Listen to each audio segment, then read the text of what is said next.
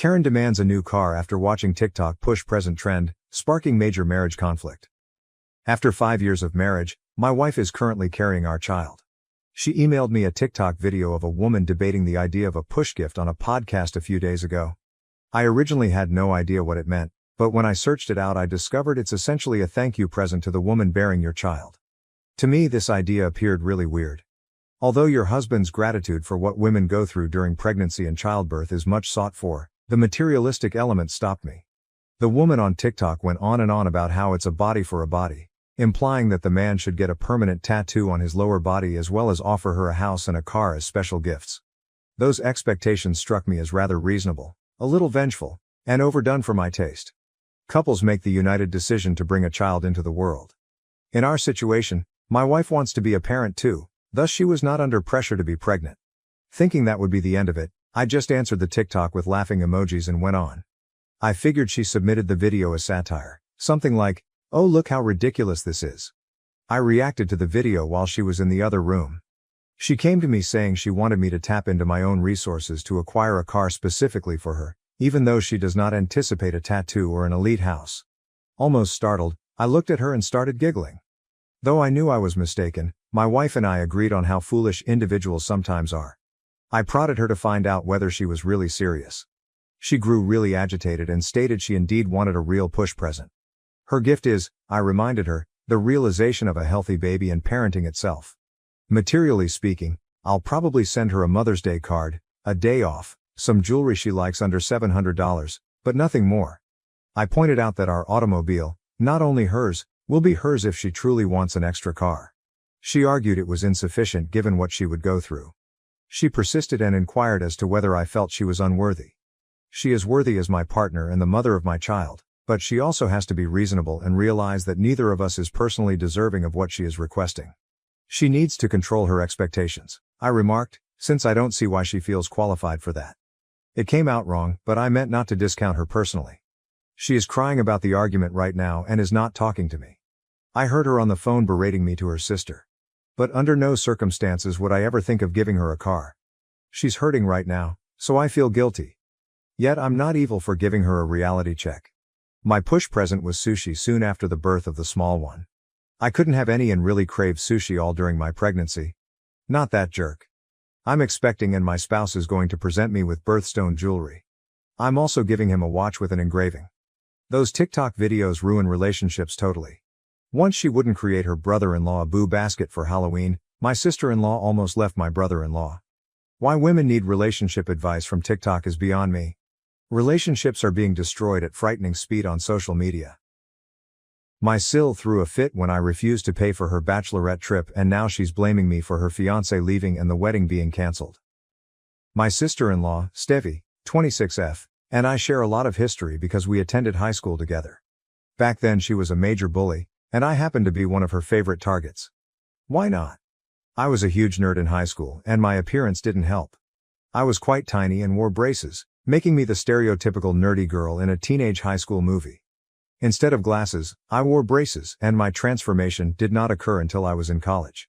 Fortunately, I look considerably better now, having gained some weight and had my braces removed before beginning college. Not that there was anything wrong with my appearance before, but now I'm less likely to be bullied, which is all that matters. I met my spouse Andy at a college party a few years ago, when I was in my third year. He was 3 years older than me and previously worked as a DJ on the side. I got pretty drunk at that party, and because my apartment was so far away and no one else was accessible, he offered to bring me back. He was kind enough to drive me home and even wrote his phone number on the back of my hand, saying I could call him if I wanted because he liked me. The next morning, I awoke with a severe hangover, but knew I had met someone wonderful. I called him, asked him out for a date, and that was all. We got along incredibly well on that first date and I felt I'd found the one. But there was one issue, his sister. On our first date, we discussed our families, and Andy stated that he has a sister named Steffi. I joked about having a high school bully with the same name, but he looked at me seriously and said it could have been his sister, who had some behavioral issues back then. When he informed me the name of her high school, we discovered that his sister was my high school bully. It felt embarrassing, but I didn't let it interfere with our time together. I told him it wasn't a huge thing because I preferred him over his sister, and he agreed. After 3 months of dating, we decided to introduce each other's families. While it was reasonably easy for me to introduce him to my family, he found it tough and unpleasant because he was aware that his sister and I did not get along well. I was anxious the first time I had supper with his family, mostly because of Steffi. But it didn't go that terrible. His parents were really warm and friendly to me, and Steffi was cold and aloof, but it was still better than how she treated me in high school. I preferred this new version of her since it was much easier to deal with. She didn't say anything to me and kept our interaction to a minimum, which I viewed as a victory because it meant we could simply ignore one another and move on. I consider myself fortunate because this has been our relationship for the past few years. I haven't had much interaction with her, and she has never showed a desire in becoming friends with me. Even after Andy and I married 2 years ago, she only spoke to me as much as was necessary. So I'd say Stevie and I aren't particularly close, and we both enjoy it this way. After the way she treated me in high school, I doubt I'd want to be friends with her. Andy isn't bothered by this because he knows how harsh his sister can be. He doesn't mind that the two of us don't talk, and he understands that I haven't forgiven her for the way she devastated my high school experience because she has never expressed regret. You can't forgive someone who doesn't even apologize, and Andy understands that. He and Stevie have a regular sibling relationship, which I'm fine with because I know he does not perceive Stevie in the same way that I do. It's also been a long time since high school, and I don't want to urge my husband not to communicate with his sister or create unnecessary drama. She and I are now civil, and that is all that matters. Everything is okay in the family. I was surprised when Stevie contacted me a few weeks ago and asked if I wanted to join her on her bachelorette trip to the Greek islands. She didn't simply ask me over the phone, she invited me over to lunch. I was skeptical at first, but Andy urged me to try it, so I went. During lunch, she invited me to join the excursion. She was pleasantly kind to me, and she even apologized for how she treated me in high school. Instead of ignoring our shared history, Stevie addressed it for the first time. I was surprised since I hadn't expected her to admit to the constant bullying. When it eventually happened, I didn't know how to react. She apologized for how she had treated me, admitting she was just being a brat, and said she discovered her error too late. She also claimed that she had never brought it up, even after I began dating her brother, because she was uncomfortable confronting the past and didn't know how to face me after everything she had put me through. While discussing all of this, she even shed some tears, making it appear extremely sincere. As the naive emotional person that I am, I fell for it. I told her that I had forgiven her and that everything was in the past because I no longer had any issues with her. We were all adults, so we could deal with it the way we were supposed to, enjoy a few drinks together and forget about it. She appeared pleased with this, and we ended the lunch on a positive tone. She invited me to accompany her and her pals on their bachelorette vacation to the Greek islands because she wanted to make up for lost time and make me feel like a friend. Initially, I was apprehensive to agree, but she persuaded me. I eventually accepted since I believed it would be a nice experience and could help me develop a friendship with Steffi. I was tired of the tension we felt any time we were in the same room. After much debate, I agreed. I wanted to move on from the past and give our relationship a new start, and I saw no better way to do it than to go on a trip and let our hair down. That was a few weeks ago. Stevie and I have been in touch since then. She was being married next month, and we were due to leave for the vacation at the start of this week. However, the trip was cancelled due to a prank she played at the airport. She felt she could fool me into paying for the entire trip by breaking the news to me at the last minute, figuring I wouldn't cancel. She had no idea how easy it was for me to walk away, unlike her. I didn't care what her friends or she thought of me. We arrived at the airport approximately an hour before our aircraft was due to depart. We were all speaking when Stevie suggested we go get coffee, so I joined her. At the counter, she casually said, "Oh, by the way, I hope all your cards work internationally, because otherwise, you'll have a hard time paying for things." I informed her I was carrying cash for souvenirs and little purchases, but she explained that she meant hotel rooms, food, and even aircraft tickets, and that I would have to reimburse her for everything. I was really caught off surprise. We had never talked about this before, and half an hour before our trip was hardly the time to bring it up. She kept speaking in a casual tone, so I questioned if she expected me to pay for myself during the vacation. To my surprise, she said, "Not only for yourself, but for everyone on the trip, including my friends and me. I assumed you were going to sponsor the entire event, which is why I chose such an expensive location. I know you can afford it, will that be a problem?" I still recall her exact words and can hear her tone in my brain, as if it were the most apparent thing in the world. But we hadn't talked about it, and I had never agreed to something like that. I questioned whether she was serious, and she admitted that she had expected me to finance the entire trip. She claimed if I didn't, she'd think I was stingy and selfish because I had the highest salary she knew. She couldn't think of any reason why I would say no. But I could think of several reasons, beginning with the fact that I never agreed to this. She did not even ask if I was comfortable with it.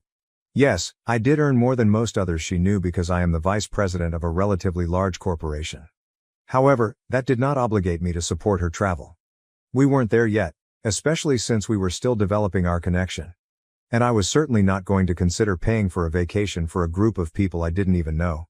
More importantly, it was my money and my decision. She could call me a miser or a stingy person, but it wouldn't matter to me since I wasn't going to spend a lot of money on a vacation I didn't even plan and on people I didn't know or care about. After a while of standing there while she grabbed her coffee, I decided to stroll back to where everyone else was sitting, gather my belongings, and leave. This was silly, and I didn't want to cause a commotion in a public place, so I left quietly. Stevie raced after me with her coffee, while her pals tried to figure out what was wrong, but I didn't believe it was necessary to explain anything to them. I just walked out of the airport, hopped into the first cab I saw, and went before they could find me. As soon as I got into the cab, I decided to block Stevie so she couldn't call me and bother me further. The next thing I did was phone Andy and tell him what had happened. I felt awful for him since he had been so happy that his sister and I were finally getting along. I expected this trip to help our relationship, but we were both mistaken. When I called him and informed him what Steffi had tried to do, he was much more furious than I was. He said that was inappropriate behavior and that he would call his parents right away to discuss it. I believe he was more disappointed with his sister than I was, because I knew she was a bad person and wasn't surprised by what had transpired. Andy and his parents, on the other hand, had undoubtedly anticipated more from her, and she had truly disappointed them. I believe that's what really messed things up for her after that, because as they found out what she was up to, they were all furious. Andy didn't say anything to her directly, but I could see he wasn't going to let this go since it was demeaning to me, and he was disappointed in his sister. When I returned home from the airport, Dad informed me I didn't need to speak with Steffi anymore. Not that I needed to be informed twice, I didn't want anything to do with her in the first place. I didn't hear from anyone in his family for the rest of the day, including his parents, but I knew Andy was on the phone with them all day. I elected not to discuss it with anyone because tempers were running hot. I knew everyone was already unhappy, and I didn't want to exacerbate it. I just stayed silent and waited for the storm to pass. 2 days passed with nothing happening, but I did chat with my in-laws. They apologized for how Steffi had treated me. I told them that it was no big issue because it was not their fault. I saw how wonderfully they had reared their son, so I knew their parenting was not the issue. Steffi was solely responsible for how she turned out. Andy and I got back to normal quite shortly after that. I didn't ask him about the implications of Stevie's conduct since I wasn't interested in them. All I knew was that I wouldn't have to engage with her anymore, which was plenty for me. But then, 2 days after the incident, I learned that the wedding had been cancelled and her fiancé had left her. That was the indirect result of what she had done to me. When Andy and I returned home from work that day, he informed me that Stevie was blaming our family for her breakup with her fiancé. I wasn't sure how that was even logical, given that we hadn't spoken to her since the airport incident. Apparently, this all happened because, after Andy told his parents what Stevie had tried to pull at the airport, they called her and asked her to apologize to me. However, Stevie didn't believe she had done anything wrong. Instead, she began telling her parents that I was harsh and stingy, and she was relieved I had left. This irritated her parents, who informed her that they would no longer be paying for the wedding and that she needed to find someone else to fund her lavish occasion. Stevie attempted to seem unconcerned, but it was going to be difficult for her to cover all of the wedding expenses on her own because she had just resigned her job and started her own business a few months ago, which had yet to break even. It was not feasible to pay for anything herself. Despite knowing this, she refused to apologize or accept responsibility for her mistakes. The wedding was only a few weeks away, so this was becoming an urgency for her. According to Andy, after speaking with her parents, Stevie informed her fiancé that her parents would no longer be funding the wedding expenses and that she expected him to take over. This sparked a massive dispute between them because it was clearly unfair for her to drop this on him with only a few weeks till the wedding. That fight eventually led to the cancellation of the wedding. After Andy told me the whole story, I asked him how he knew everything. He added that following the altercation with her fiancé, Stevie arrived at their parents' house and argued with them as well. She had blamed both them and me for what had occurred. She largely blamed me, which I thought was unfair given that I had nothing to do with the incident. Stevie stated that she had to cancel her trip with her pals because I refused to pay for it. She now believed she had to cancel her entire wedding and that her fiancé would most likely end their relationship. I strongly disagree with the vacation situation, because there was never any talk about me paying for it. It was absurd of her to anticipate that. However, I feel horrible that her wedding was cancelled. I've been feeling guilty about complaining to my husband and becoming so agitated over the situation. I guess I'm just sad for her because I know she was looking forward to getting married.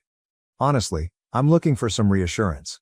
Is it my fault for whining to my husband about my sister-in-law expecting me to support her bachelorette trip for all of her pals at the airport? Update. First and foremost, thank you so much for informing me that I am not at blame here. I guess I needed to hear that. I was feeling bad about everything, and it didn't help that Stevie had been posting depressing things about being betrayed and such. It's been 5 days since the airport incident, and even though I've banned her everywhere, I know she's been posting bizarre sad phrases to get attention. When someone questions her about it, she tells them her side of the story while claiming to be the victim.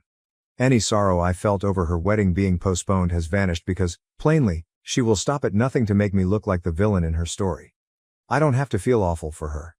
She has even gone so far as to tell people that, while she anticipated me to stab her in the back, she didn't believe her brother would ever promote or tolerate something like this, but she was plainly mistaken, and her brother couldn't care less about her feelings. Again, I feel compelled to highlight that she had never asked me if I was comfortable or willing to cover the costs of the trip for her and her friends. The fact that she had to cancel at the last minute and return from the airport was totally her responsibility. According to her version of the tale, we had discussed it several times, but I flipped out at the airport, threw a fuss and left, which she considered a major slap in the face. She states that she and her friends had to return home without a trip, which was quite humiliating. It's infuriating how she's been spreading lies about me. However, I'm relieved that most of the relatives she's been saying this to have contacted me, as it seems out of character for me. I was able to clear the air and explain my side of the situation. Most people believe me, so whatever she's doing isn't working. She's coming across as a complete liar and moron. Andy told me he wanted to speak with her and tell her she couldn't keep lying about us, but I assured him there was no need. What she's doing is backfiring, and instead of harming our reputation, she's injuring herself. We can simply let her carry on. Update 2. It's been about 2 weeks since we learned that Stevie was no longer getting married. She had been complaining about us to all of her relatives, but it didn't work because most of them didn't believe her and turned to me for proof. I told them the truth, and within a few days, almost everyone knew what had transpired. She realized there was no use in attempting to make us appear terrible anymore, so she gave up. We assumed that was the end of the story, but evidently not. She has recently moved in with her parents because she and her fiancé broke up and she has nowhere else to go. Her fiancé, a good guy, had offered to let her keep the apartment while he moved out, but she couldn't afford the rent on her own, so she decided to move back in with her parents. Andy and I find it ironic. She had so much to say when her parents told her they wouldn't be supporting her wedding, pretending she had it all under control. But now her life is crumbling apart, and her parents are the only people she can turn to. My in-laws, being the nice people they are, took her in despite her bad behavior. But now that she's living with them, you'd think she'd have the common sense to stop talking negatively about me and Andy, especially in front of her parents, who are also Andy's parents. However, she is one of the most dumb persons I've ever met. Even after my in-laws made it clear that she was not permitted to badmouth us or behave as if we were the villains, she continued to do so in front of them. She was continually attempting to turn them against us, so my in-laws decided to inform her that she could either acknowledge her mistake and try to become a better person, or she would no longer be allowed to live with them. That, of course, irritated her, and she has now taken to emailing Andy every day, reminding him that I not only destroyed her bachelorette trip and wedding, but also damaged her life because her fiancé deserted her and her parents continue to support me. As if any of that were my fault. Andy has not blocked her yet because she is a family member, but she is on thin ice. A couple more texts insulting me, and I'm sure Andy will visit his parents' house to confront her in person. I believe she is only venting her feelings, but it is wrong. Update 3. We did it, I just couldn't handle it any longer. She was going too far, saying the worst things about me while messaging Andy, believing she could get away with it. Unfortunately for her, we are not particularly friendly. She had called me every name in the book, referred to me as jealous and insecure, and even said that I didn't look any better than I did in high school, which was a complete falsehood. She understands how sensitive I am about my appearance and makes it a point to pick on it whenever she can, which has gotten pretty obvious at this point. I also don't see why she thinks I'd be jealous of her, especially since my life is clearly better right now. She honestly has nothing to make me jealous or anxious about. Anyway, these were the types of things she had been texting Andy, attempting to irritate us, and she was successful. Earlier this evening, we went to my in-laws' house to address her because she needed to stop thinking she could say and do whatever she wanted without consequences. We had already spoken with Andy's parents, and they knew why we were there, so they didn't ask too many questions and simply allowed us in. Stevie was sitting in the living room and appeared shocked to see us. She had the nerve to ask her parents why we were there, as if we weren't supposed to be there. Her parents did not answer, so I took over the conversation. I told her she needed to learn to stop her mouth because I'd had enough of her bullshit and wouldn't put up with her constantly talking about me. I made it obvious that if she didn't stop talking about me to anyone, I'd make sure my side of the story became public as well, which would not be good for her. She quickly erupted, accusing me of blackmail and alleging her family had ambushed her. When we urged her to be quiet and simply apologize, she refused. Instead, she began packing her belongings and left within an hour, knowing she was no longer wanted and going to stay with a friend. I'm confident she'll be back in a few weeks because no friend will let her live rent-free for long. Given how much of a miser she is, I doubt she will pay when she can simply return to her parents and live for free. But for the time being, we are all free of her, and I must admit that I am much better off. I believe everyone would agree with me on that.